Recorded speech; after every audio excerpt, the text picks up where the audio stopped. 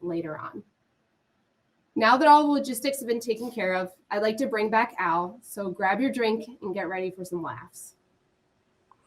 Hi, Colleen. Thank you so very much. I'd like to tell a story because that's what storytellers do.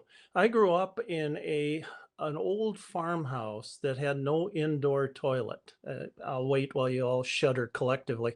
We had what was called an outhouse, little house, back house. It was in back of the house, and I thought we should have an indoor toilet. I would whine to my dad. I said, "Everybody's got an indoor toilet except us." That's the way it seemed. And I said, "They all seem happy with them." And he said, "No, it's just a passing fad. It'll never catch on." I said, "It's been around a while." He said, "Well, they'll be sorry someday." I said, "How will they be sorry?" He said, "Well, what if a tornado would take their house? Then where would they go?" Boy, you had me there. That was a good point. But an outhouse, some of you have used an outhouse. What a dreadful place.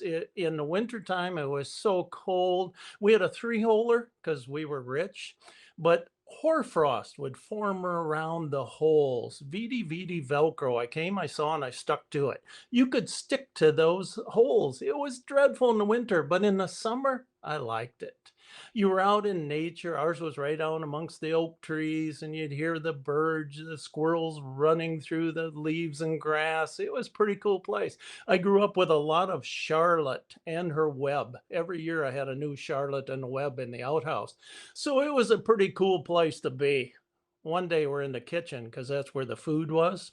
So we're all in there and we're sitting around, and I'm reading funny books. That's what I call comic books. And I'm reading that, learning a lot. Dad's reading Capper's Weekly.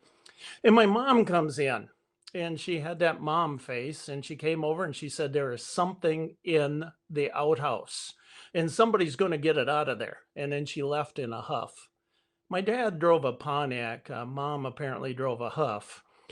Well, Dad said, "You kids stay here. I'll go out and check it out." And he came back in. He was ashen faced. He looked down. He said, "There is a skunk in the outhouse." Now, my older siblings, they skedaddled. I never knew what skedaddle meant. I'd never seen anybody skedaddle before, but I saw them skedaddle. They were gone. Dad said, "Son, I got to work on that WD-45. It has to be finished tomorrow. You understand that? I need you to be a grown up and go out and get that skunk out of the outhouse." And he left. I had no experience getting skunks out of outhouses.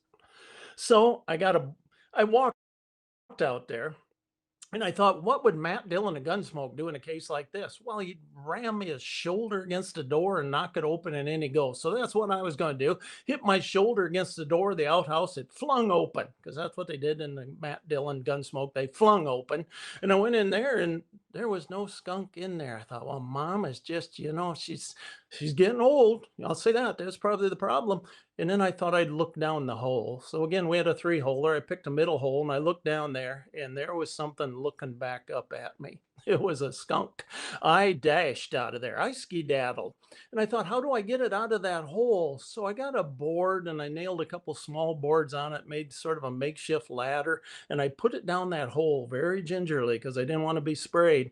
Then I went out and sat on a stump by the outhouse and just waited. Pretty soon the skunk came out, didn't look any worse for the wear, and he walked past me and just kind of looked at me like that. And then he turned around and came back and sprayed me a little bit just to let me know he was thinking of me.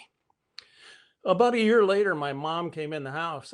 We're in the kitchen, and she said, "There's something in the outhouse. Somebody will get it out of there, and it won't be me." And she left in a huff again. She still had the same huff.